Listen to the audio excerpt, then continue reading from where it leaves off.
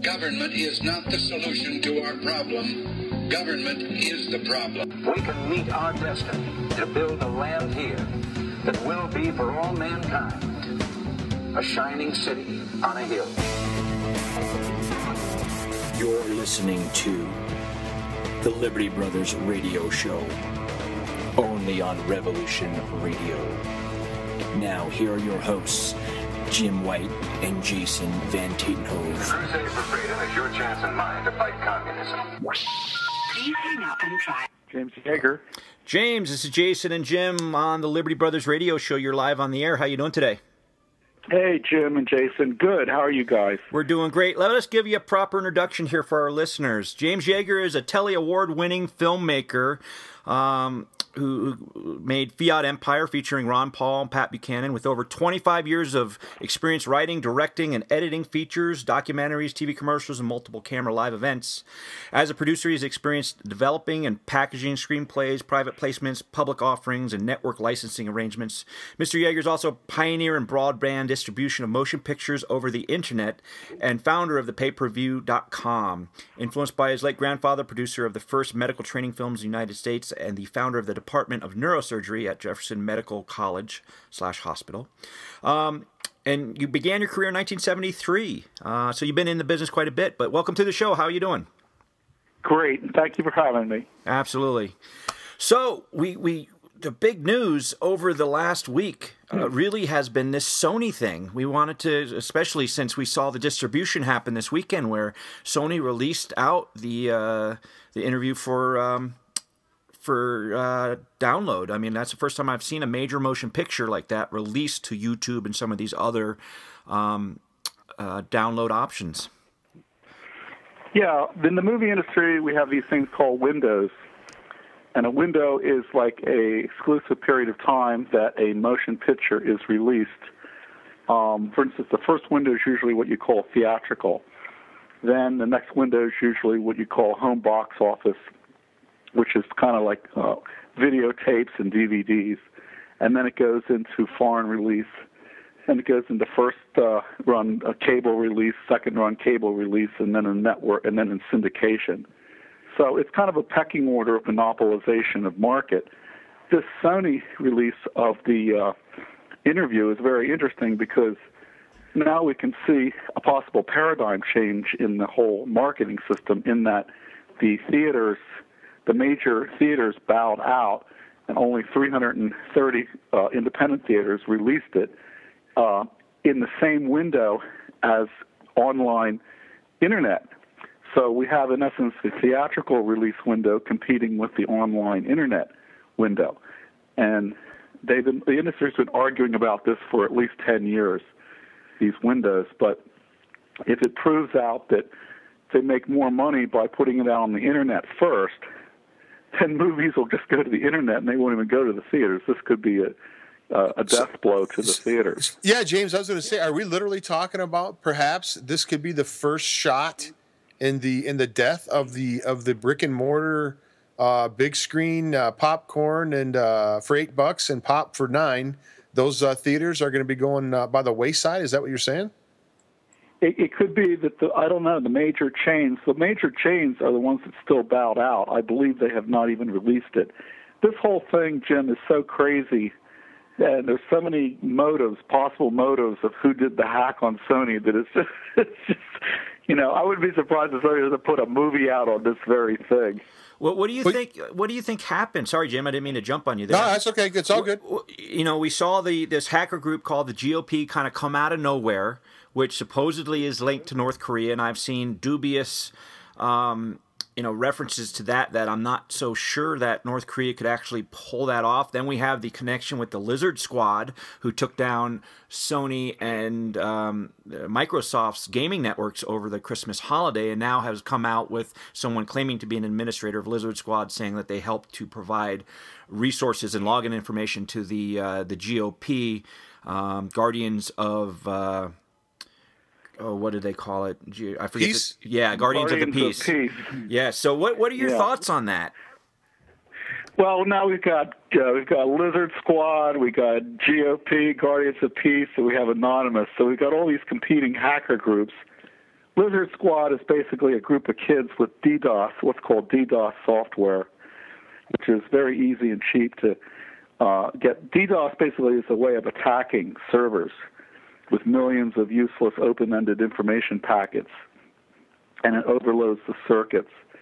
And so a lot of people are ticked off at Sony and Microsoft because they want to try to show up their weaknesses in their structures. Microsoft, Xbox, Sony, PlayStation networks, and those were all DDoSed on Christmas. So they wanted to show how pathetic Sony and Microsoft's protection against DDoSing is. So how that is related to the alleged North Korean hack versus the the other things that are going on. People, some think it might have been a CIA agent provocateur attack on Sony. Others feel that it's a disgruntled employee. Yet still, when we bring in this mix of the theater windows, you have all these things going on. It's a real mass of cross currents. Yeah. Sorry, Jason. No, go right ahead, Jim.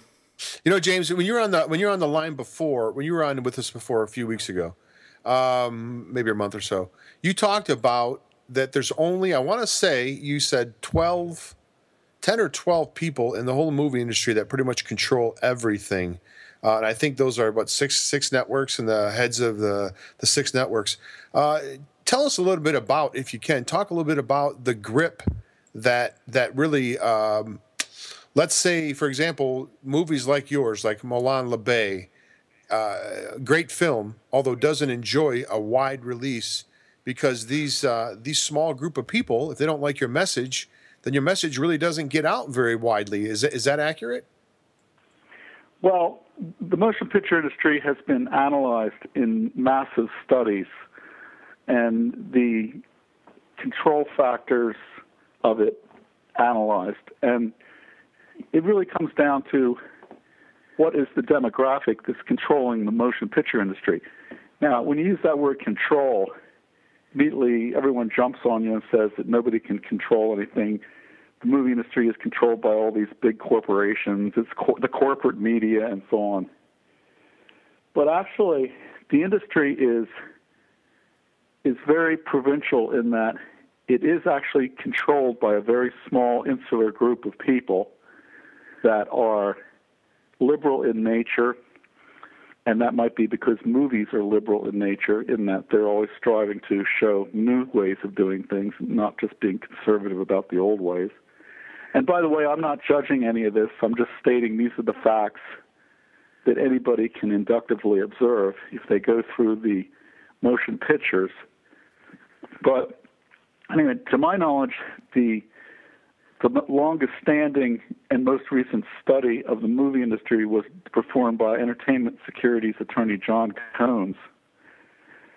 And he basically isolated the control group of Hollywood, which could be said to be the top 3 executives at the 7 major studios. And the 7 major studios make up what's called the MPAA, Motion Picture Association of America. It's now down to 6 major studios.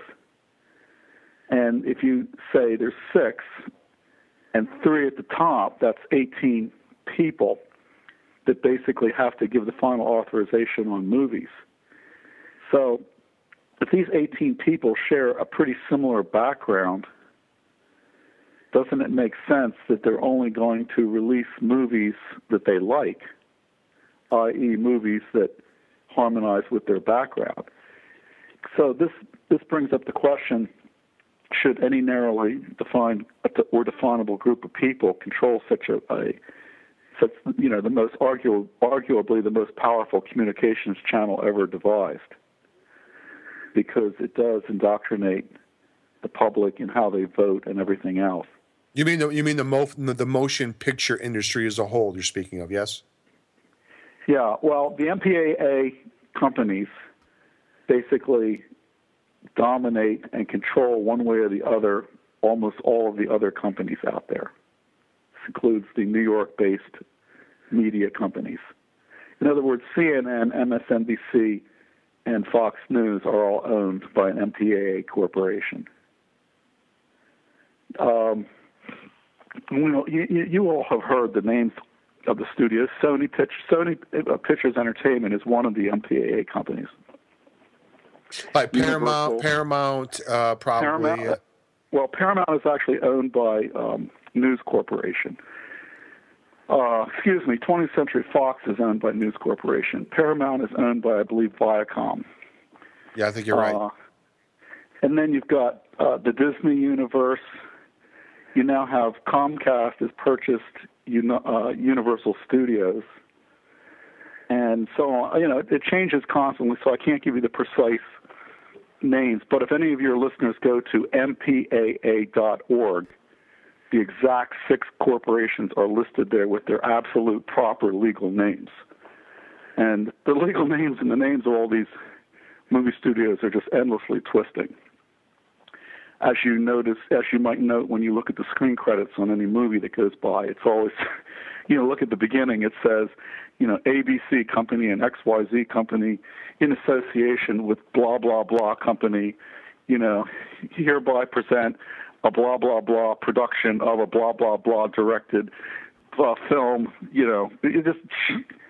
okay. So this is the movie industry, and it's consolidated down to 6 corporations with the 3 top executives greenlighting the movies. And so this is why when you look at the product that comes out, it's all pretty similar. Do you know that the trailers that are edited for these movies are done by 2 or 3 trailer houses that edit every one of the movies that are released? That's why the same guy, you always hear him on the trailer, he always starts out, one man to dare to confront the powers that be, it's always one man, that guy. I'd like to know who is that one man? He's like in every movie, right? In a and that voice, Yeah, no, the voiceover market's pretty crazy. Yeah, there's only 1 or 2 voiceover guys that do all of Hollywood's movies and 2 or 3 boutique shops. And then there's 6 companies that put them out. Really, the studios are nothing more than banks for the most part. They're just a special form of bank. Well, James, let me ask you this. Since we have so few of these production companies creating movies and really kind of dictating what we're all consuming, and we've seen one of the biggest just get attacked and have to change the way they do things and really kind of taking a hit, it would seem to me that we're going to see a lot more of this. And how do you think this will change the movie industry? Do you think that, what are your thoughts on that? Well, I don't know.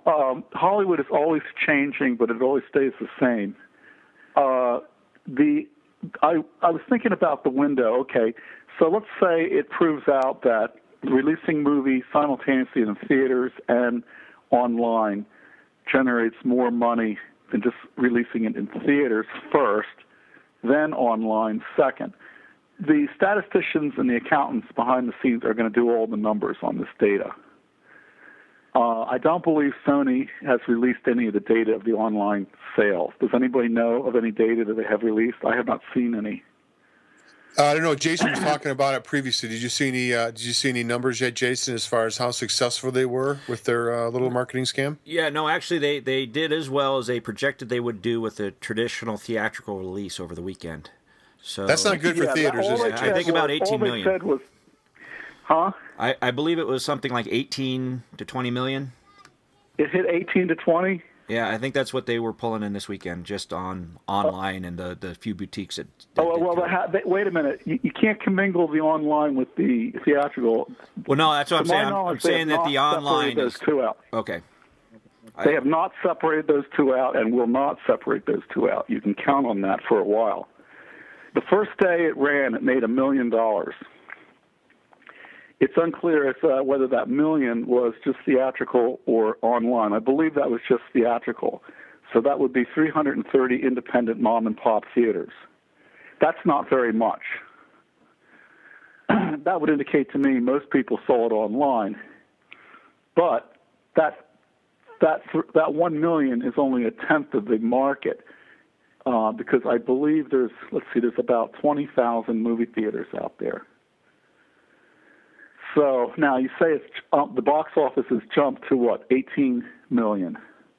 Well, right here, I'm looking at a link right now. It says Variety.com posts that the interview has made over $15 million online, is what's being posted online by Variety.com or Variety Magazine, I guess. That they're reporting over 15 million online, which, over 15 million online. So that's got to be bad for the brick and mortar places, don't you think? Well, okay, so they did report the figure, an online figure, and that does not include any theatrical in it. They said the comedy, which has earned nearly 3 million in theaters, was rented and downloaded over 2 million times. So I guess 3 million in theaters and 15 million online. So there's the 18 million number Jason was talking about right there. All right. Well, if that's true, that's very interesting. But also, a lot of people didn't want to go risk it on a theater if they just could see it on a line. And also, you don't really have to see a movie like that in a theater because it's not a big special effects picture. Right, like Star Wars or something like that. You don't want to see Star Wars in the theater, of course. Yeah, anything that has, good special effects, you need a big screen and all that, I think you want to see in a theater. But, okay, so, I don't know. This is going to be a data point that the studio analysts are going to use to decide whether they want to release movies in the future online simultaneously and so on. Probably, I don't know, it's hard to call, but probably they'll continue the same window system. Well, isn't it a big expense for the? Isn't that an expense for the movie companies, James, to have to pay the theaters? I mean, that's one of the big expenses, right? Is that how that works? Well, you see, the theaters are used as the advertising campaign. They release the movies in movie theaters. They don't give a rat's ass about actually showing you the movie. That's as silly as thinking our highways were built for citizens to drive their cars up and down. No, the movies and the highways are designed for the military to move around, and the movie theaters are designed merely to advertise the presence and existence of the movie to the public. So those are nothing more than big advertising mills. Oh, and if some people drop in and watch the movie, great. But, the vast majority of the revenue worldwide does not come from theaters any longer. I did not know that. It comes from home box office. It comes from video, DVD sales, cable television, and syndication. So that's all that advertising money does. I think we're seeing that the traditional theaters are struggling right now. I mean, we look at have AMC in an article earlier this week I read was talking about doing basically unlimited movie pass, like a monthly subscription of like $34, something like that, which would be less than if you went to a bunch of different movies during a month, but much more than just one movie, which a lot of people seem to think that may not be a good idea. Have you heard of that? Well, actually, the global box office hit an all-time high last summer, record for movie admissions and revenues. So maybe the Hollywood-based or the U.S.-based theatrical industry is waning, but the global movie industry has never been higher. And each of the studio, they're basically decreasing the number of movies they put out.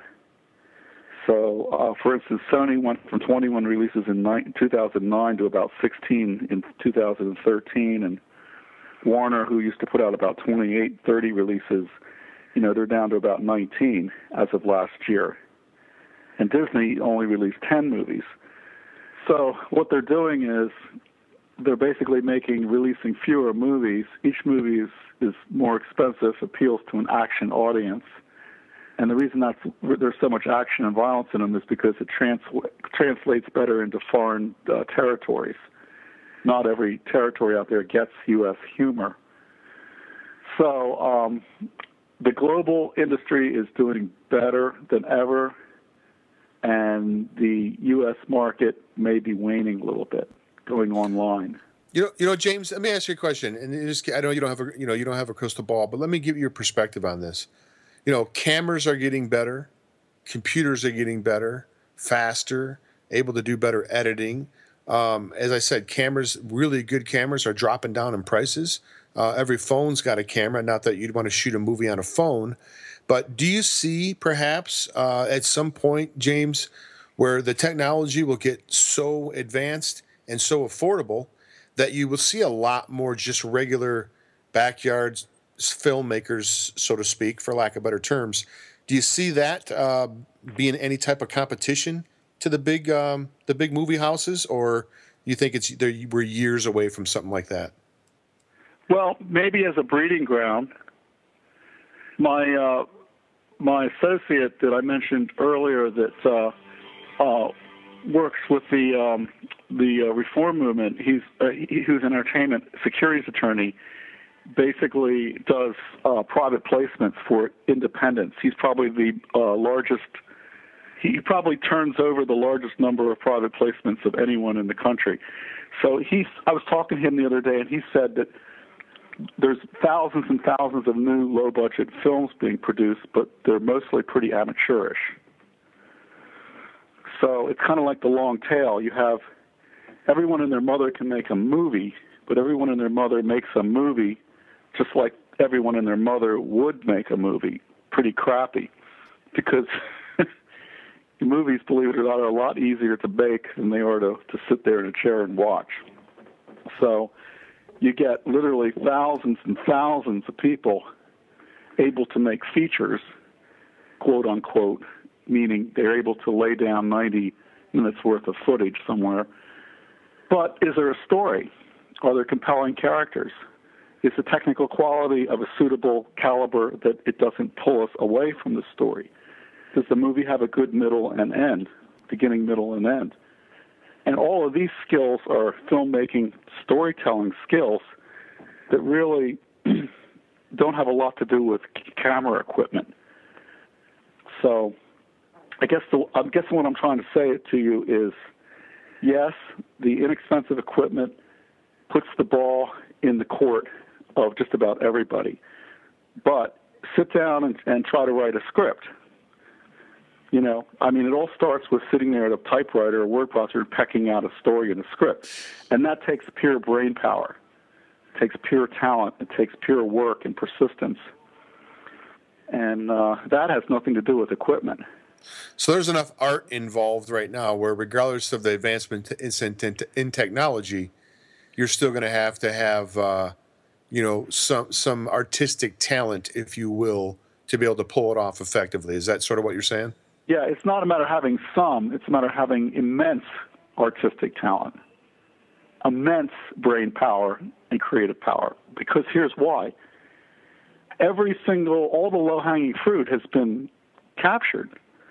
Almost every movie story you can plot, you can think of, has already been done. You know, try writing a romantic comedy. What boy-girl situation hasn't already been depicted in a movie? I mean, starting with Shakespeare's Romeo and Juliet. So, you know, this backs you into dramas. So almost every drama has, you know, some kind of a murder drama where there's a gun. How many gun movies have you seen? It's almost like instead of cutting to a white horse, everybody cuts to a gun, you know, when they can't think of what to do with the plot. Cutting to a white horse is an old joke in the editing room where editors tell each other back in the old days would say, well, what are we going to do now with this film? It's a piece of crap. There's nothing to, you know, the whole script, and the editor yells, well, cut to a white horse. So, you know, now all the movies cut to a gun, you know, cut to a guy pulling out a gun, and that's what the plots are all about. So, I don't know, you have to dig pretty hard to find new and unusual plots. Would anybody disagree with that? No, I would agree with you, and that's why I think you see a lot of the remakes. You know, they remake a lot of these old 70s movies and 80 movies because I think, frankly, James, like you, I think they're running out of ideas. I mean, there's only so many romantic comedies, only so many, you know, I mean, Mission Impossible type movies where people are running around driving vehicles and shooting at each other. I mean, it sort of runs into one after another, when you've seen so many of them. So, yeah, I think that there's a real challenge, I think, going forward, in making good movies. Go ahead, Jason. I think that we will find those people that are those creative types that can figure out how to do it. I mean, we have the guy who directed Maze Runner. He got picked up by a major studio to direct a major motion picture after creating and directing only one short animated video that was online and went viral. It was well done, and I think he did a good job with Maze Runner, but I was amazed to find out that was his first major motion picture ever. I mean, it's just a kid. I think he's still a teenager possibly, or at least in his just very early 20s. And, I think because that technology is readily available, we will see those Steven Spielbergs and maybe even the ones that could have risen up to being a Steven Spielberg type, be able to do it possibly a little bit easier because that technology is within reach. Well, what you brought up just now is the idea of anybody coming out of the woodwork and putting a movie on the internet and it going viral and then being noticed by the studios. Okay? That is new.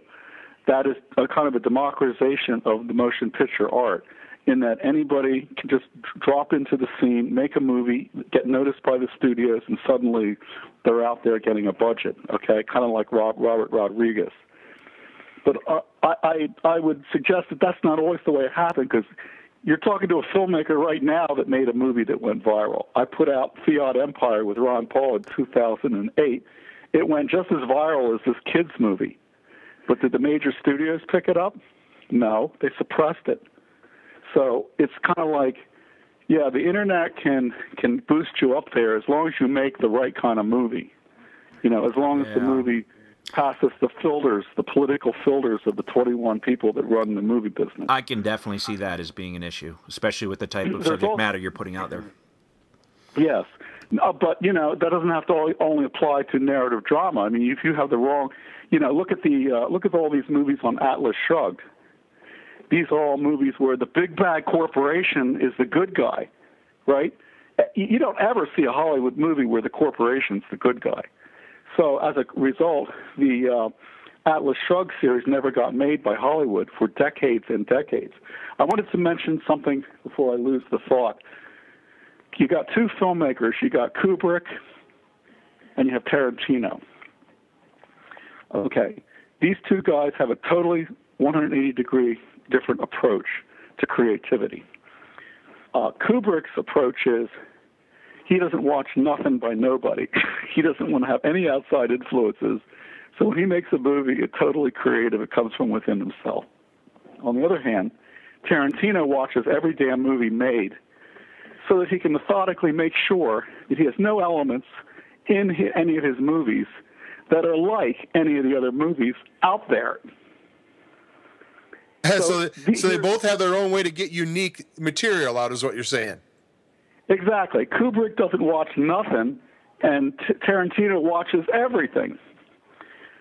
My feeling is I think Tarantino's got the more viable way, but the harder way. Kubrick only comes up with uniqueness because he's not been brainwashed, mind influenced overtly or covertly, subtly or violently by any other artist's filmmaking. So what comes out of his brain is purely Kubrick. But ideas are in the air, right? He could, if you embark on that strategy of not being aware of what your competition is doing, you could pick up ideas from the electromagnetic. I do believe that all of our brains are somehow interconnected, that there's an electromagnetic field generated from, between the 7 billion brains that are on this planet, and ideas are in the air. So you're not going to come up, I don't think, with something. I've come up with so many ideas and plots that are exactly like what ends up being put out on the screen that I finally just threw in the towel and I said, it's not that the studios or anyone's stealing your stuff. It says if you have an idea that's time is right, it's going to pop into the minds of other people. So people that rely on this idea of not physically looking at other people's work are going to still be influenced. So therefore, Tarantino's methodology makes more logical sense. He basically just looks at what everybody's done and doesn't do anything like it. You know, if the protagonist swaggers to the left and shoots the gun, Tarantino's protagonist swaggers to the right and shoots the gun. That's why his stuff is so unique. Not that I'm trying to cite him out as any model filmmaker, because quite frankly, I think he exploits violence. You know, from Reservoir Dogs on to the Kill Bills. And of course, the Durango one I thought was very creative. But the point I'm trying to make is these movies, all the low-hanging fruit has been picked. It's hard to come up with a good screenplay. If you put in the time, work, and brain power, you should be able to come up with a screenplay. And the fact that you can get equipment cheap now takes away your excuse for not being able to execute that screenplay. Well, let me ask you this, James. We've seen a few different independent films made that are not, because we obviously the Liberty Movement has got a lot of documentary films being made and have been made, and you know, starting with Aaron Russo and then further back. But you haven't seen that much as far as a fictional genre that kind of matches the message of the Liberty Movement. I would say Silver Coins, I want to say it is. It was an animated feature, and the animation wasn't that great. It looked like it was more used for rendering draft and whatnot, but the story was pretty compelling. I know that I spent the money to actually watch it and rent it. Do you have any insight onto anyone doing any sort of fiction work that has a Liberty message, or maybe have some upcoming projects? Well, wasn't there Pale Rider out there? Yeah. A movie that had something to do with the Second Amendment. And then, as I mentioned earlier, there was the Ayn Rand pictures. But no, you know, there's not a lot of narrative drama that is political in themes. I frankly would love to do a narrative drama on a political theme. Do any of your listeners out there have $1 million they want to dump into it? Yeah, I mean, I had this talk with Ed Griffin a couple of years ago, and Ed said, you know, why don't you make a movie about the creature on Jekyll Island? You know, them getting together on the island and going to the 5 of them that snuck over there and then formed the Federal Reserve System. But James, so, yeah, you know, a movie like that could be made. Let me ask you this though. I mean, we just were talking about how much the cost of, you know, what it takes to do a decent technical job. I mean, maybe it's not $1 million budget, but I know I've got Final Cut Pro. The videos that we put out with the motion graphics that I'm doing look fairly professional. I like them. I'm always trying to improve it. You've already proven that you've got that creative mindset to be able to pull off a screenplay or something like that. Why not just do it on a lower budget? Well, I already have. I have made $100,000 and $200,000 movies that I raised independently, and I'll tell you, working with just $100,000 or $200,000, I guess in today's money maybe it'd be $300,000 to $500,000. It's just too much work for that little money. And I know your listeners are reeling and saying, "Oh my God, $500,000 is too little money." It just is. And let me try to explain this. You've got 30 to 45 people on your daily crew on a movie set. Every one of these people has a apartment rent to pay, or a mortgage, or an electric bill, and you have to have them doing nothing else but focusing on making that movie for at least 22 days, 22 to 25 days.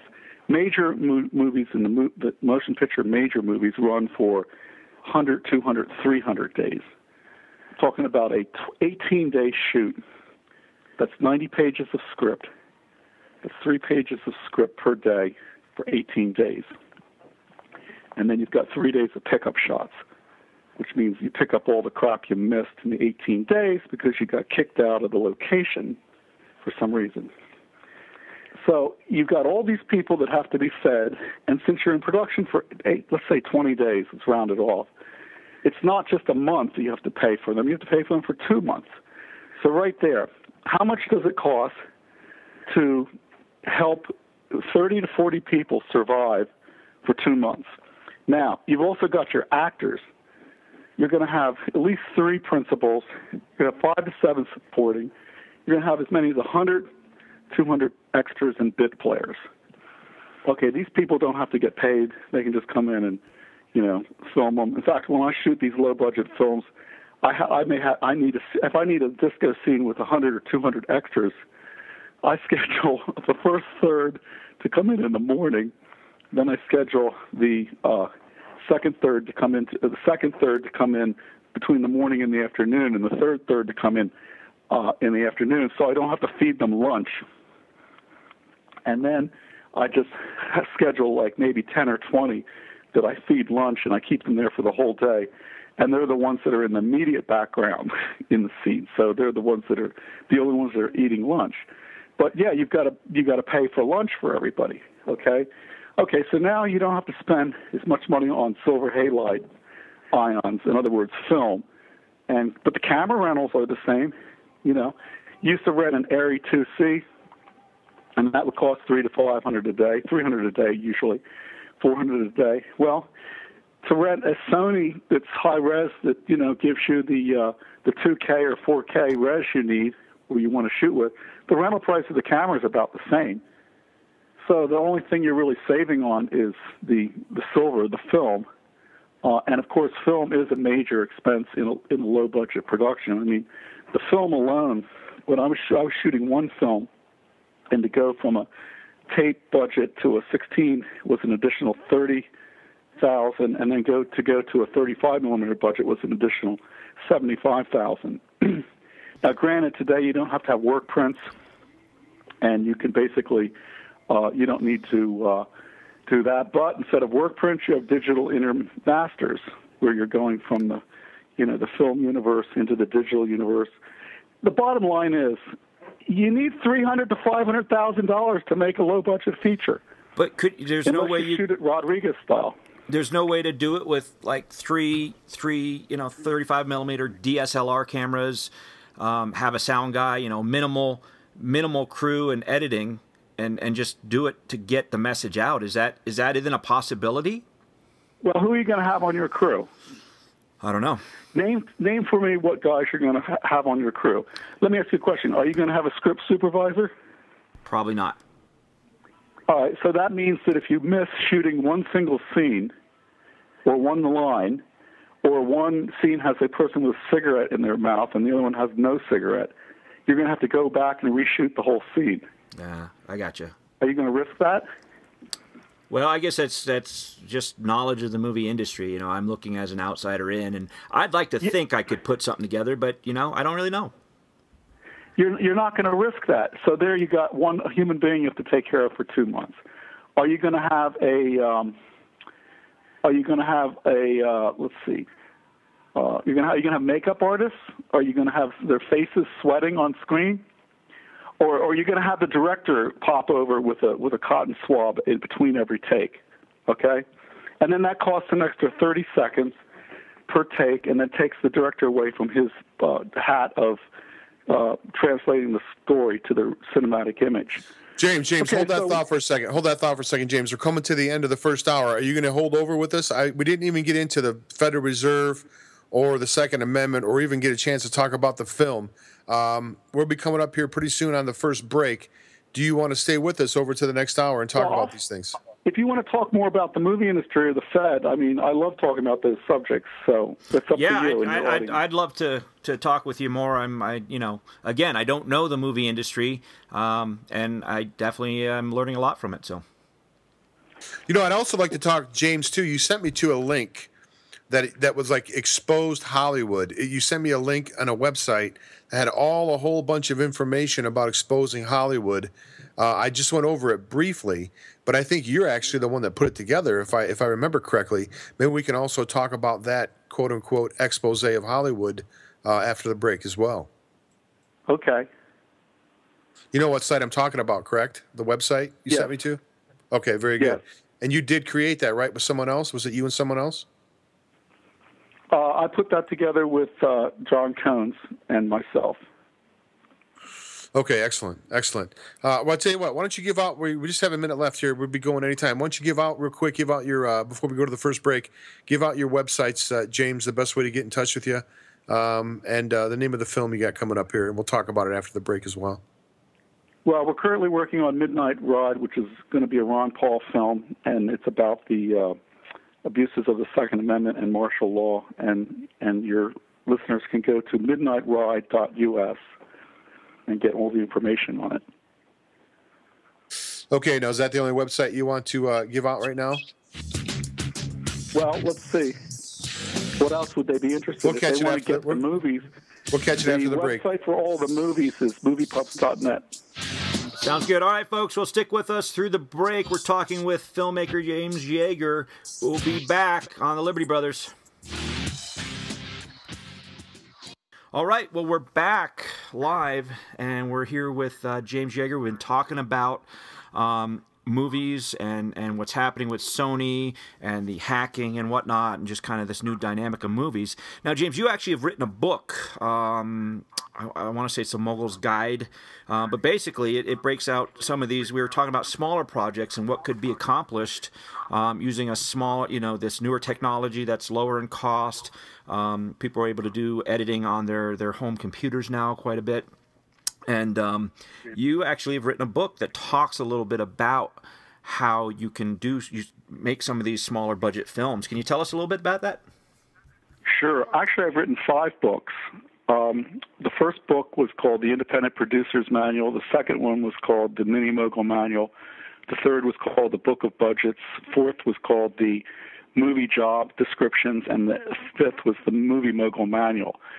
And for your listeners that want to make a political film, a narrative, dramatic political film rather than a documentary political film, the Mini Mogul Manual is a manual that can show you how to shoot a 5-minute film, then go to a 15-minute film, and then go to a 30-minute film. And it can show you how to put together a crew, how to man it up, how to learn everything you need to learn from the 3 successive stages of making a 30-minute film. Once you can then do a 30-minute film, it's a simple matter of, in essence, making 3 30-minute films back-to-back, and that equals a 90-minute film. And a 90-minute film is the minimum length you need for a feature-length film, at which time you then go to the book called the Movie Mogul you go to the book called The Independent Producer's Manual, and that will then take you through the production of a 90-minute film. So if you go to moviepubs.net/flash, and sorry about the URL being crazy, but moviepubs.net/flash, you can go to the Flash site where you can see the books and read about them and so on. Great. So, again, it seems to be that, we are seeing a dynamic shift in the way things are done with YouTube and all this delivery of different content. Now, again, as you've said, with everybody and their mother making films and videos and shorts and whatnot, you get that quality. But I always have to believe there's stars that do have that creative drive and are great creatives that can pull this stuff off and can reach a lot of people. And I think it does have the potential to possibly bypass a lot of these bigger studios with messages they may have shut down previously. It may even change the dynamic a little bit if people are looking for that and they're striving to get that type of movie that has that type of liberty, freedom message. Well, it might change things a little bit down the road. Do you think that there's that possibility at all? Yes, absolutely. I also might go back to the other end of the spectrum and say that even if you're the most genius creative person in the world, that doesn't necessarily mean anything. That will help you get through your script, because really you only need one person to write a script. But let's take the classic example of Orson Welles. Genius creative guy, got to direct Citizen Kane, but never got to work on anything else, because he was a total crazy person to work with. I actually have a friend that worked for Orson Welles. His name was Michael Little, and Michael was one of the protégés of Lee Garms, along with 3 other people and myself back in the 79, early 80s. Lee Garms shot Gone with the Wind, Scarface, Secret Life of Walter Mitty, Duel. He just shot 100 of the classic films, and I was fortunate to be able to work with him for his last 3 or 4 years of his life and edit his last film. But some of his protégés have gone on to be people in the business. Michael Little, who was one of the protégés along with me, is a cameraman, and if you look at his name, he's plastered all over the industry, shooting all the big films right now. But anyway, Michael was sitting there telling me what it was like to work with Orson Welles one day, because Mikey shot Orson Welles wine commercials. It's like the great Orson Welles at the end of his life was shooting wine commercials for Gallo. We will sell no wine before it's time. Wow. And Michael said to me, I said, what's he like? What's he like working with, Mikey? And Mike said, he is a total pain in the ass. He will shoot take 100 just because the actor didn't sip from the glass of wine on the exact millimeter. Okay? So my point is simply this. Even the great Orson Welles, who's creative enough to create something like Citizen Kane, does not necessarily get funding or support from the movie industry. And it wasn't just because Citizen Kane was a political statement against the Hearst magnate. Sure, that probably had something to do with him getting blackballed in Hollywood. But it was really more that Orson was a pain in the butt to work with. And I say that with all due respect to Orson, because he did manage to get out of the United States and make a film called The Secret of Nikola Tesla. But he only acted in this film and played the part of J.P. Morgan. You know, let me ask you. Talk about filmmakers. You look back on some of the filmmakers that inspired you. I'm going to throw out a couple names here, and let me know. Are you more closer, maybe to like a Cecil B. DeMille with the epics, or are you more like a Sergio Leone spaghetti western guy, or maybe either one? Who would you associate yourself closer with? Well, when I was a kid, Cecil B. DeMille was on my mind, along with Chaplin. I would say those two had great early influence on me. I liked Cecil B. DeMille for the epic size of the productions, and I liked Chaplin for his pure creativity.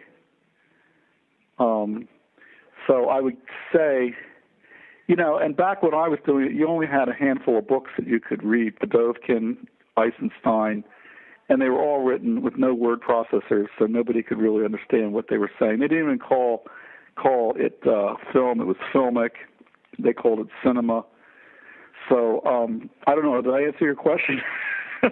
No, yeah. I was just wondering about which filmmakers influenced you. And it sounds like Cecil B. DeMille. And are there others, or is he pretty much your main influence? Well, coming up through the '60s, you had the pack of filmmakers that reacted against Hollywood. The Dennis Hoppers and Peter Fonda. That greatly influenced me. Those type of Rat Pack independent filmmakers coming right out of college. In fact, I was so influenced by Easy Rider, I made a movie called Easy Sleeper. If any of your viewers or listeners want to see it, they could go to YouTube and type in Easy Sleeper, and they can see this thing. It was probably my first feature film, but these guys influenced me. And then, of course, you had Lucas was one of those guys, basically, along with Spielberg and the rest of them. But Lucas broke through with the technology and set up his, big technical center, made Star Wars. I actually knew George Mathers, who was Lucas's special effects guy, head of special effects, and I remember sitting out by the pool with him in Hollywood back in the early 80s, I guess it was, after Star Wars. I said, George says to me, Jim, if I had only taken that 1 point that George offered me, George Lucas offered George Mathers 1 point in the movie, I would be a multi-millionaire by now.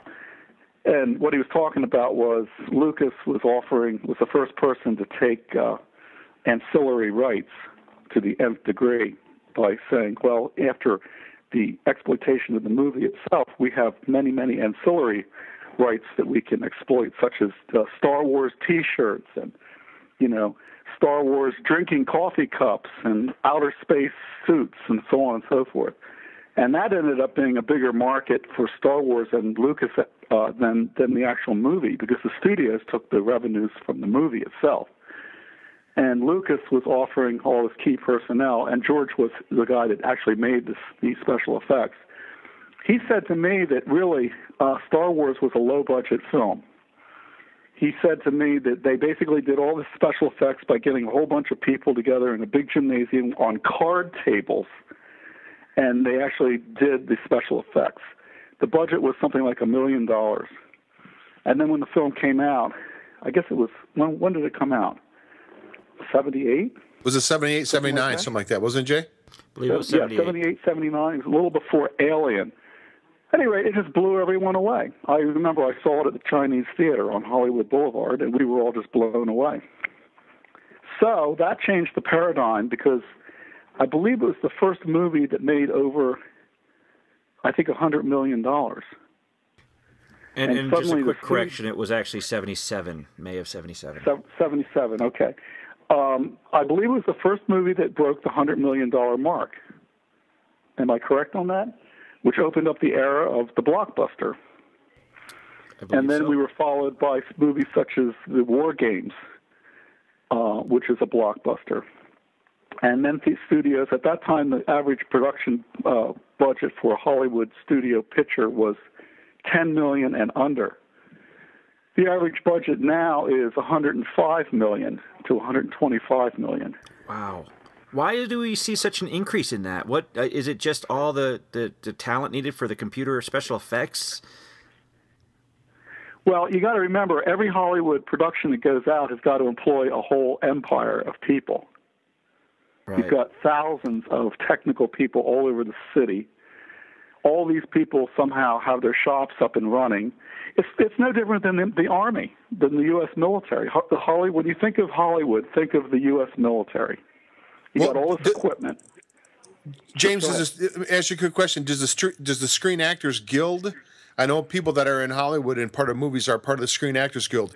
Do they have to hire these people because of the SAG? They require them to have these people for the film. Is it that way, or they just need this many people?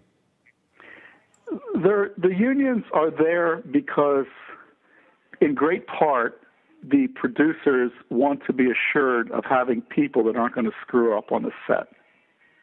And that applies for all the unions. And even though I kind of disdain unions, I also see and agree with the point, because I've had mostly SAG people on my productions, and I've had non-SAG people.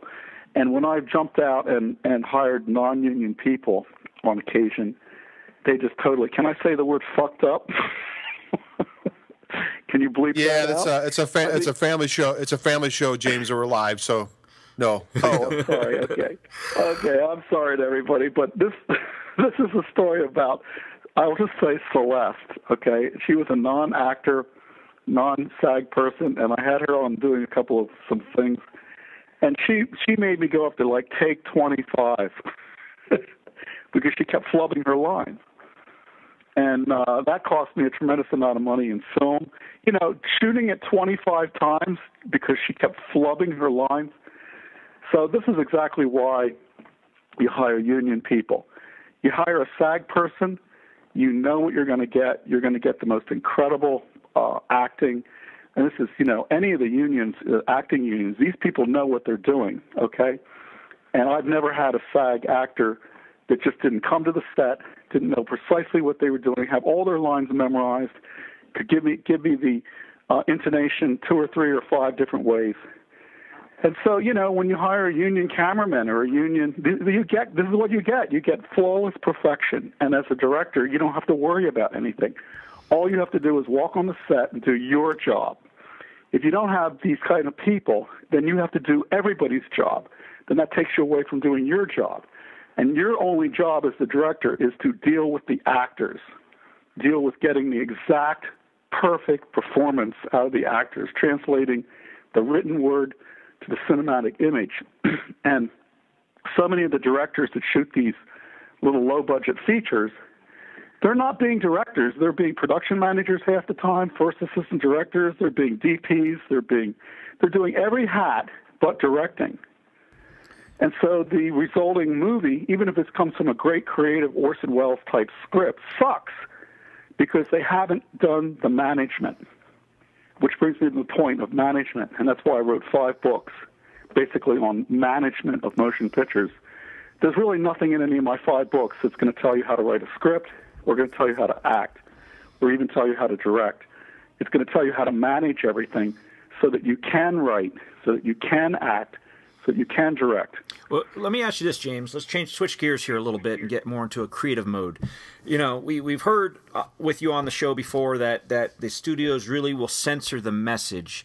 Let's just pretend that that's not the case, and you would be able to come up with funding for whatever story you wanted to tell as a filmmaker. And I know that reality can be so much stranger than fiction. You talked about possibly doing something on the Monster from Jekyll Island, you know, with the creation of the Fed, and just, I mean, it really is more of a suspenseful thriller in real life with what really happened in history than what we get from the mainstream media, really.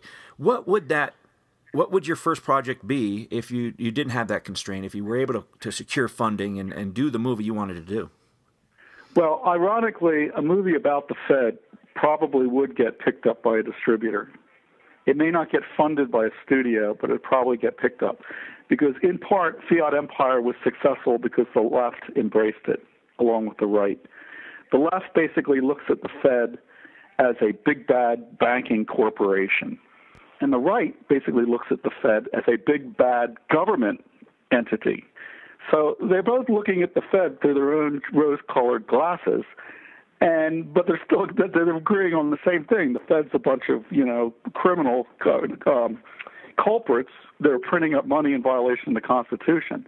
So to answer your question, a movie like that, based on the Creature from Jekyll Island, them getting together, would probably get distributed if it was had reasonably good production values.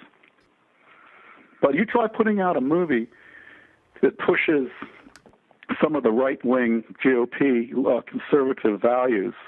You try putting out anything with Christian values in it. You try putting out anything that poo-poos the gay agenda. You try putting out anything that in any way threatens the welfare state. That movie is dead on arrival in Hollywood. Well, what about fictionalizing things like Star Wars? Star Wars, maybe not in the first 3 episodes as much, but certainly in the next 3 and with the expanded universe of the Clone Wars, really tackled the issues of a republic spiraling down into a dictatorial empire, and right, really is a battle between George good and evil. Lucas doing that. That was not Hollywood. Right. Your listeners have to remember, George Lucas defected from Hollywood. George Lucas is probably a Republican. He's probably a constitutionalist. He defected from Hollywood. He told Hollywood to go, and I won't say the word.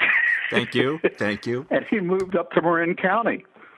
And he set up ILM up there, Industrial Light and Magic, and built his empire there.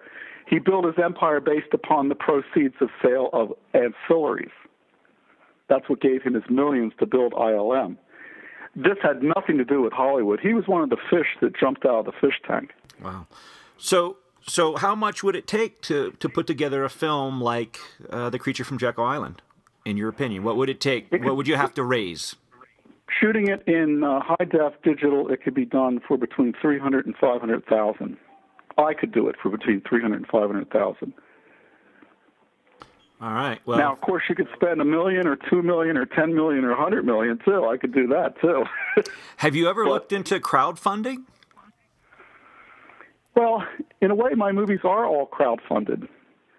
They're funded by concerned citizens that donate.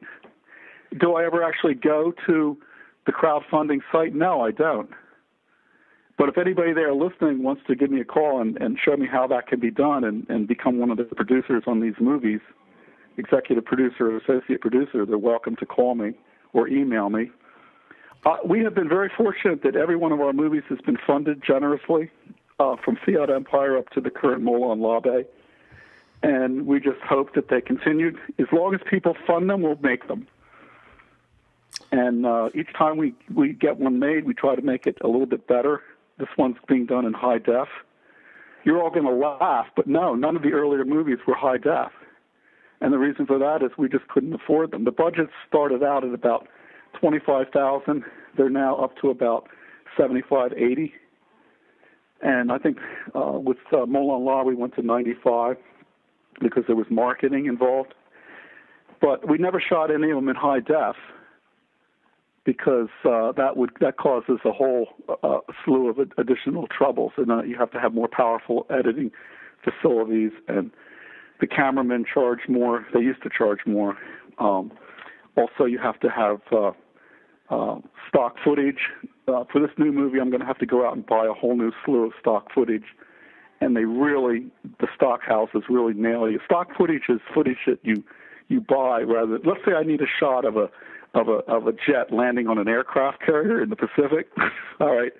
Since the budget doesn't really permit me to get a helicopter with a Tyler mount and get clearance from the military, go out in the middle of the Pacific and then shoot this scene, I can just buy the shot from a stock house. How much does that generally cost? Well, just to give you an example, let's say you buy a 30-second clip in regular def. That can cost about anywhere from $50 to $100. If you buy it in high def, it can cost anywhere from $100 to $300. And also high def pictures can be very expensive.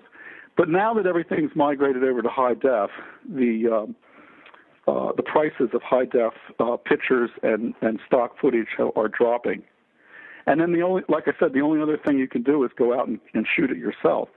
And all of our interviews are actually live shot. I actually hire camera crews all over the country and have them go in and interview people if I can't personally make it to that interview. Let me ask you a question if I can, James. I've got a pretty decent Sony prosumer camera, high definition camera that I've done all my video shoots on, and all of it's saved digitally. It's all just it's a memory card, or everything is saved digitally. There's no tapes to change or anything like that. You talked before about film. I know film is film. You have to shoot a film on with film. I know what that means, the physical film you use. But can you even shoot a quality movie and not use film? Can you even do it on the with nothing but all digital? Is that possible? And I look at also the computer. What are those called? The computer graphics. What they do with all the movies. The CG. I have to believe that. Yeah, CGI. I have to believe that these more powerful Macs and these really powerful home machines can almost do some rendering for that type of stuff. Am I off base on that? No, absolutely. We don't even shoot our films on tape anymore. Not only have we got away from film, we've gotten away from tape, analog and digital. All of our stuff comes in on hard drives or on cards, solid-state cards or SD cards. So I was very hesitant about migrating to the solid-state cards because, good God, a solid-state card crashes and you've got your, expensive dailies on that. But these hard cards have been proven to be extremely reliable. The upper-end cameras give you the option of shooting two of them at the same time so that you're dumping the image off onto two cards, as one as a backup. Did I answer your question? Yeah, I think you did. I think it sounds like you've actually made some films that way. So, that did answer the question. Yeah, Moulin Labe was actually half standard def and half high def. When we did the interview with Alex Jones, I asked my cameraman, Ryan Hunts, very, very talented, able cameraman, to shoot it in high def. Also, Jack Rooney shot his interview in high def. And I asked them to just put the camera on Alex wide shot, shoot it super high def, and then I'll actually do the zoom-ins, move-outs digitally. And we did it that way. And the final picture, image quality looks, it looks perfectly good. It looks just like it was a cameraman zooming in and zooming out. However, I've abandoned that for this current production because by the time you get through all the image processing of zooming in and zooming out onto one high-def master, you might as well have just told your cameraman, hey, gently move in once in a while and gently move out and give me a variety of shots, from close-up to medium to wide. So I back it. the actual physical camera, the practicality of the cameraman. And this is a big movement. A lot of filmmakers that I talk to are getting really irritated by the CGI revolution. They do not want to see all these digital effects, and they want to see practical effects. So right now, I think we're seeing. I know the young filmmakers that I work with. I counsel some young filmmakers that are in their below 20 years old, and they hate CGI. This current group coming up, they want to see practical stuff. You know, they want to see the guy really crash through the wall. They want to see the car, being really driven, and so on. James, let me ask you a question. Oh, sorry, James. Go ahead. Oh, no. I just wanted to say one quick other thing before I forget. My mind is not as good as it used to be. The whole thing about digital CGI, ironically, I think it's moving to the point where you and me and everyone in your audience will eventually be able to afford a computer where you can digitally animate photorealistic actors.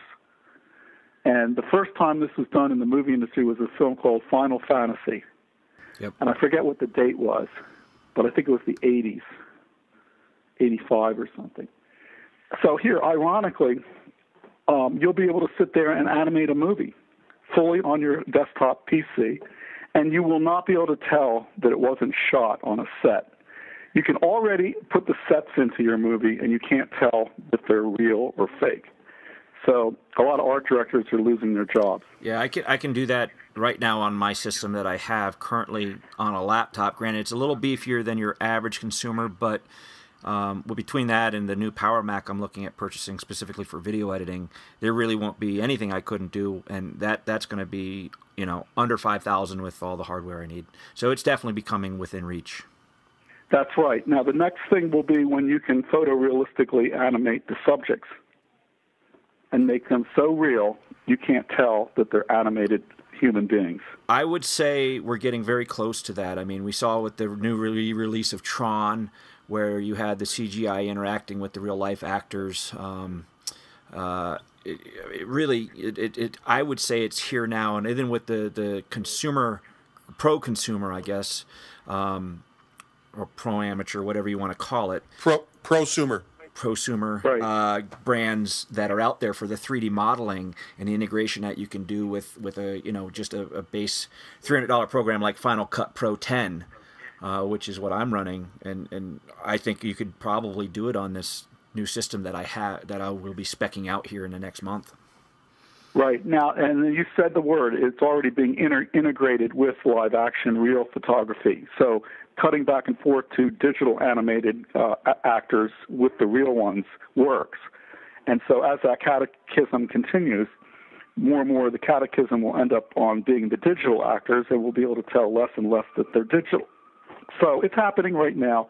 There's one final stage I think it'll go to. And this could be the first radio show that I say this. So if I'm wrong, you could all call me up and tell me I'm an idiot.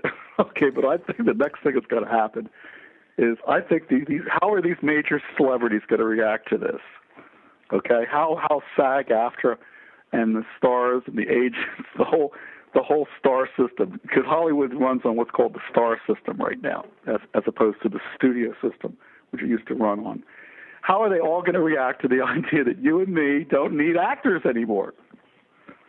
Yeah, well... You mean they may have to get actual jobs? Well, okay, wait. I'm sorry. I forgot to put the concluding thought. How are they going to react to the idea that we don't need actors and that we could actually...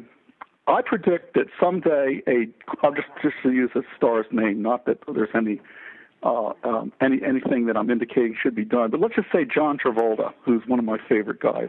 Excellent actor, fantastic star, multi-generational. Let's say in Koreans release a movie starring John Travolta, right? North Korea puts out a John Travolta movie, and John Travolta is battling the evil empire and, and blasting away the CIA and the NSA and the whole, Sony Pictures. And everybody's abhorred that John Travolta would sell out to North Korea to make a movie, right?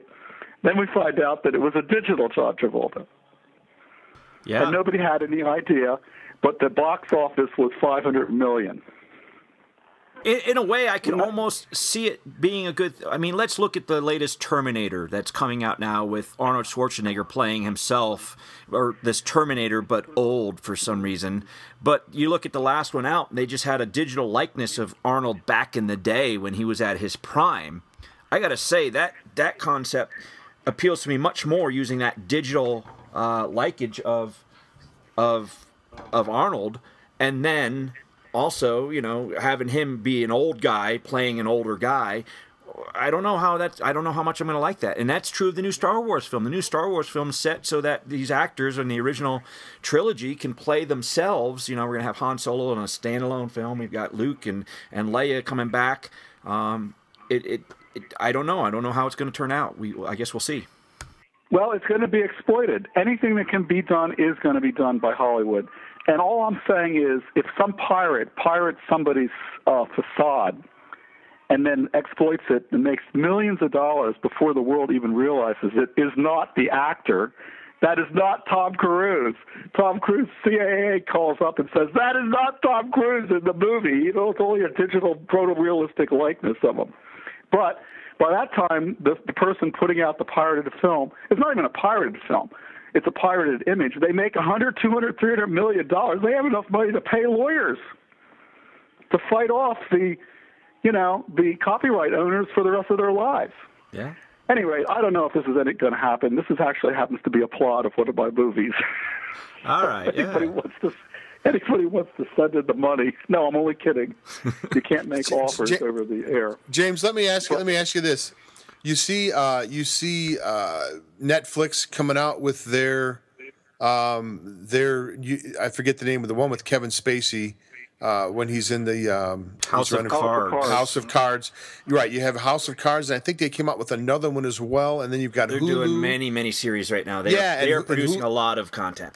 They are producing, and right. Hulu's coming out and making their own. Their own individual little films. I mean, is that where it's going to be going, do you think, James? Like these, I mean, I wouldn't consider Netflix even really a production company. I guess it's really it's like a distribution network. But it's evolving.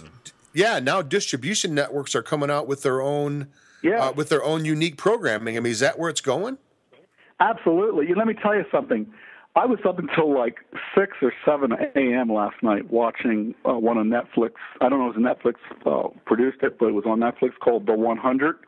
Has anyone heard of that? Yeah, no, I watched that one, actually. That one's actually pretty good. That's actually from one of the big, ABC or something, but you can get it. From Warner Brothers. Yeah, I was watching that. I watched, I think, 10 of their 14 episodes last night. I barely made it into the office to do this radio show here today with you, because I was up watching online. I just said to myself, I'll just watch one more, just one more. I just kept getting sucked into the next one. I think that's absolutely the future, because it's so great that you don't have to wait a whole week. You don't have to have these commercials interrupting everything. And the 100 actually sucked when it first started out.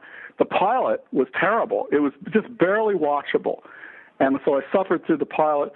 But then when they got into the first episode, the second, the third, the actors actually started getting better and better. They're gelling together. The writers started getting more and more creative. And the thing just kept getting better and better. Yeah, and when they had the Mountain Weather Underground start showing up, it really, you definitely see an evolution of the production on that. And that is one of the shows that I do watch. I don't have a regular TV, but I do watch online. And that's one I do check out regularly. Well, James, in that vein... I would even say that the 100, when it gets going, is as good as Walking Dead. Would anybody here agree with that? I haven't seen it. I can't give you an honest... I'm kind of over The Walking Dead at this point. I came to The Walking Dead back during the comic book days, and it was a very good black and white comic book serial. And they stayed pretty true to it through the first season, and then it just all kind of went sideways. And granted, I think they do a pretty good job with it, but I'm just kind of done with zombies at this point. Yeah, I am too, and I totally hear what you're saying. But I mean, strictly from a critical point of view of the social interactions, the character development, the situational writing, I think that the 100 is every bit as good. Yeah, I would agree. I would say possibly the I'm done with The Walking Dead too. If I see one more axe buried in one more person's head, I'm going to throw up. I mean, it's just way too gratuitous. I don't understand why they were doing that throughout the whole movie. They've got 10 bullets left, and they have to go Okay, I'm sorry. Go Well, ahead. you know what? My big complaint with The Walking Dead is coming from a prepping background, and one of my previous radio shows was the Patriot Prepper Show, and we cover a lot of prepping issues. The one problem I have with all these zombie films and TV series, especially The Walking Dead, they never once talk about the need to filter water or boil water. They're just always drinking water just right out of it like it would be okay. They never even think about that. I don't know. Well, here's the problem with Hollywood. The 1,517 writers that are called the studio-approved writers that work for Hollywood, those writers never have had a chance to crack open a physics book or a biology text, okay?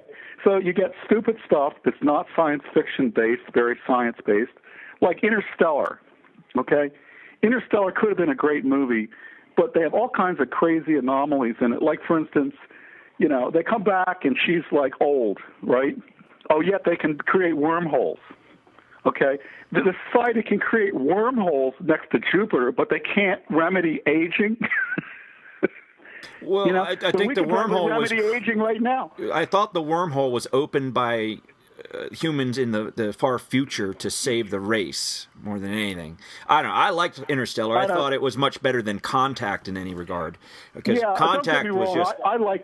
I liked it too. I'm not trying to poo-poo it. I was on a huge argument on the Ray Kurzweil site, the MindX, about this, and we've just been shredding this thing back and forth for like a month or two now. So I think the bottom line is it's really good. It's the best thing that's been out so far in the genre, but it still isn't better than 2001: A Space Odyssey. Well, that's going to be no, I wouldn't, and that's going to be a hard egg to crack. But I think it comes the closest we've seen in recent history. I mean, Contact was just as long and just had an awful ending. Well, I thought Contact was superior to Interstellar. Really, I will have to disagree. I think Interstellar was Contact was better. based in science. I mean, Interstellar was wormholes to another galaxy. I mean, wormholes are the most speculative thing there is. There is absolutely not a shred of evidence that a wormhole is possible if you actually read the physics books. And yet, science fiction has gone crazy over this idea of wormholes. I mean, we barely even know that black holes are real. I mean, if it wasn't for Hawking. So, I would have much look. Isaac Asimov, in one of his last books, wrote a book called Extraterrestrial Civilizations. And if any of you guys out there can find this book, I actually found the book in a library once somewhere. And I actually took it from the library. I could not find it in any bookstore anywhere. And I actually took this book to an Isaac Asimov seminar where Isaac and his wife were giving a lecture to one of the local colleges. And afterwards, I went up on the stage and I said, "Hi, Dr. Asimov. I have this book of yours, Extraterrestrial Civilizations.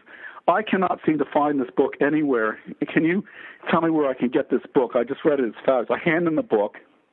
And Dr. Asimov signs his name into the book.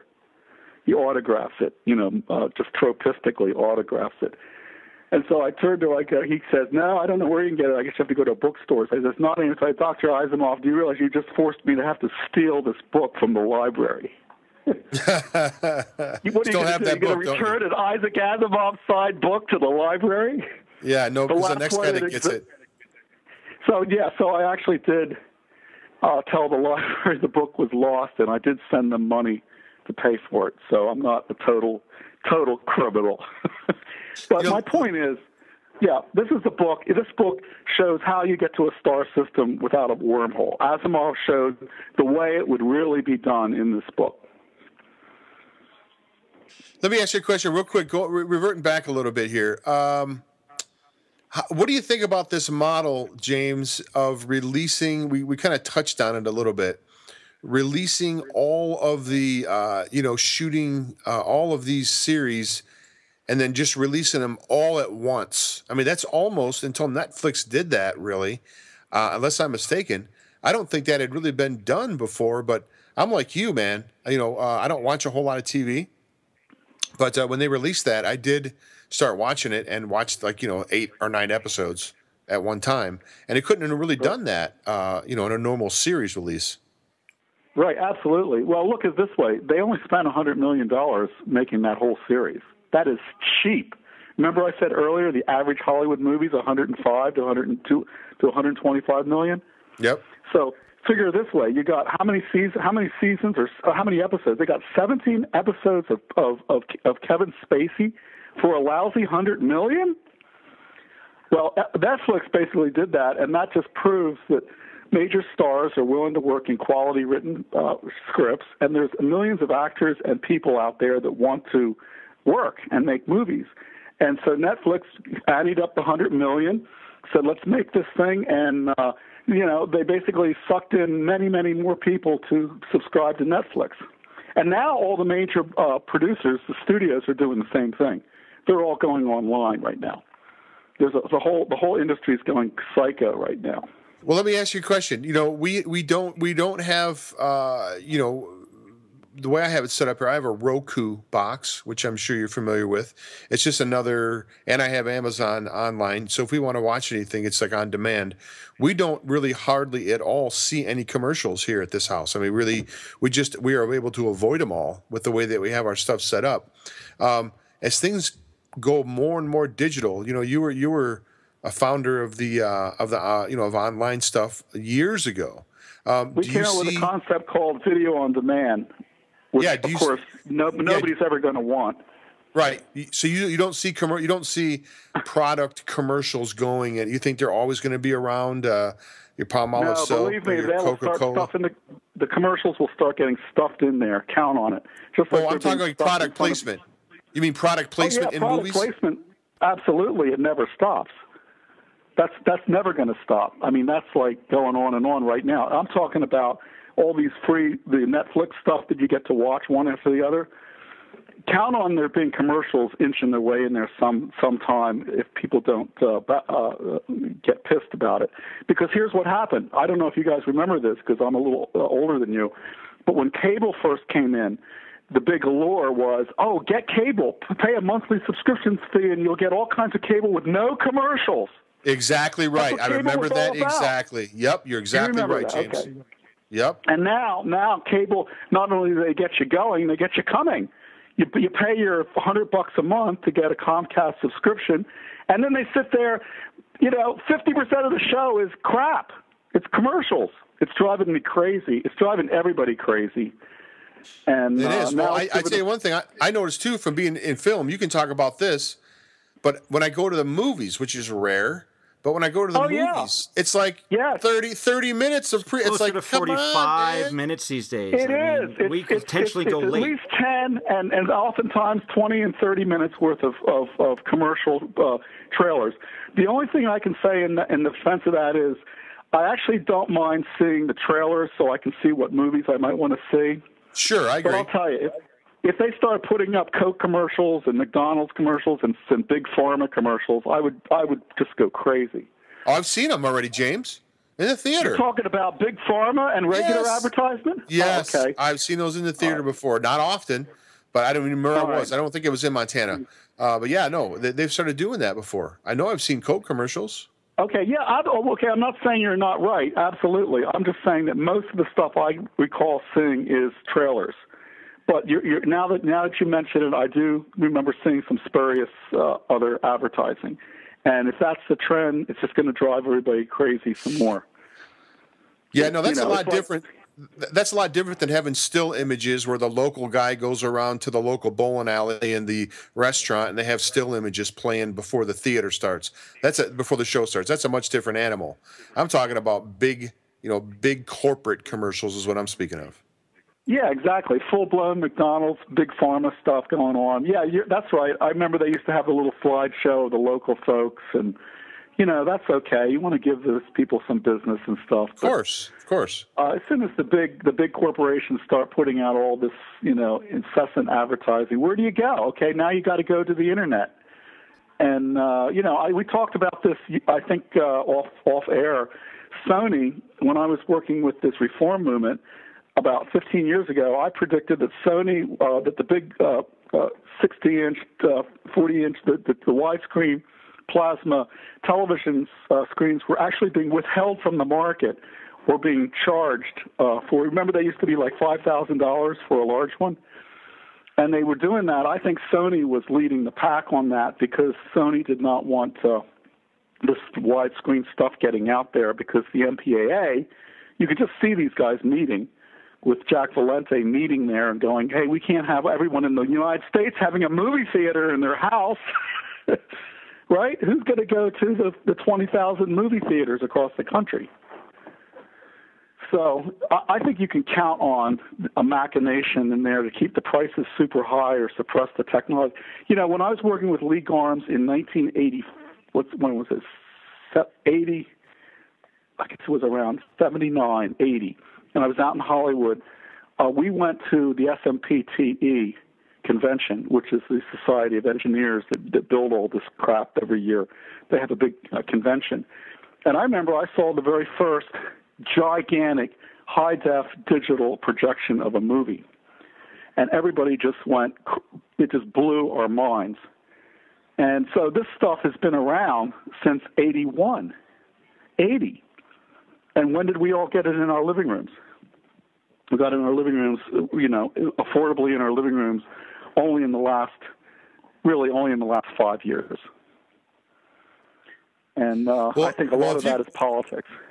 If you've got a 70-inch screen, James, and a couple nice reclining chairs, you know, why would you go spend $30 or $40 to take your family to the theater when you can sit in the comfort of your own home? I mean, these days, with the size of some of these screens, you can almost have a home theater. I mean, why would you go to the show? You got to get out and fight traffic and, you know, worry about someone dinging your car in the parking lot. I mean, I got to say, the bigger production movies with the special effects, you know, I wouldn't want to see Interstellar on a smaller screen. I went specifically to see it on the big screen. Yes, and I agree. That is the only reason people are going to the big theaters. I have a 70 and 60-inch screens, and I sit around and I watch everything on these things.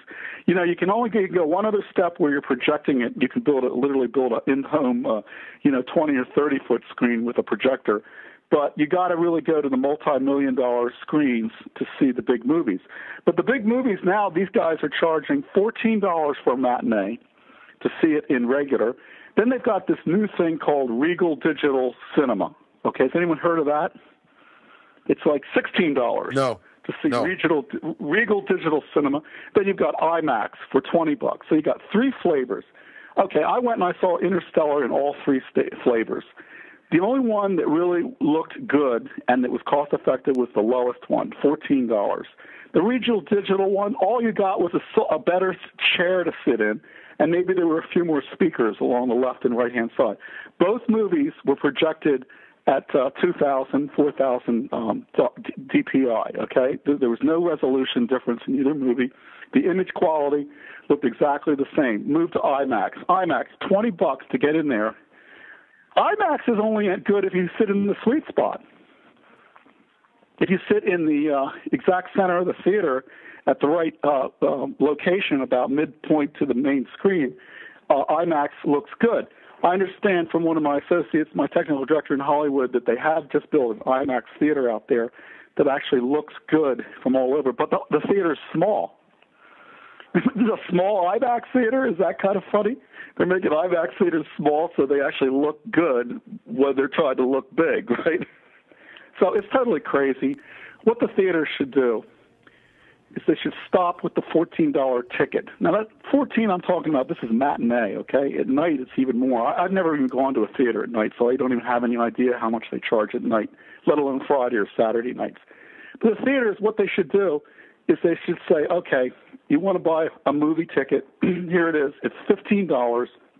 You come in the movie theater, you can watch your movie, and then you can wander around and watch any other movies you want. In other words, you can watch 2 or 3 movies walking in the theater. It's like a double bill. Back in the older days, you used to go in, you paid literally $5 for a movie, and they had a double bill. There were always 2 movies. Like a double feature. Yeah, they showed, Angry Red Planet, then they showed House on Haunted Hill, and especially on Saturday afternoons. So I think the theater should bring back the double bill. I believe AMC is thinking of something like that right now with more of a monthly pass. You pay so much for being able to watch, however many movies you want in a month, something to that effect. So I think they are actually starting to go that way. But James, we are coming to the end of the show. We have about 2 more minutes left. Want to give you a chance to touch on any subjects you haven't yet touched on you wanted to, or give out your the best ways that people can get more information on your work and where they can read your books and purchase those and whatnot. So please wrap up the show for us there, James. Well, I guess all I can say is we're working on the new one, Midnight Ride, When Rogue Politicians Call for Martial Law. We just interviewed Edwin Vieira last week. We interviewed Larry Pratt. We interviewed G. Edward Griffin the week before. We interviewed Walter Reddy, who's a co-founder of the Tea Party, about a month or 2 prior to that, and Rosie Haas. We're going to interview Ron Paul as soon as we get through the Christmas season, and Alex Jones somewhere in March.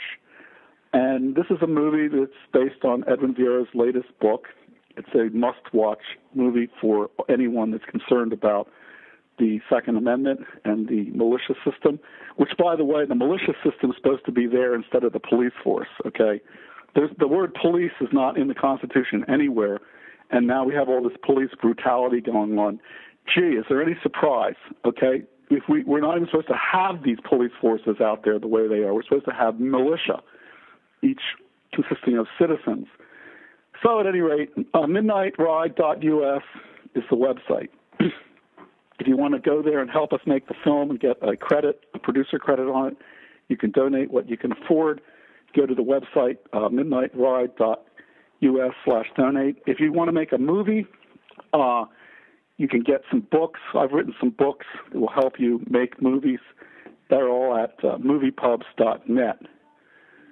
And I don't know what else to say except, let's make some movies.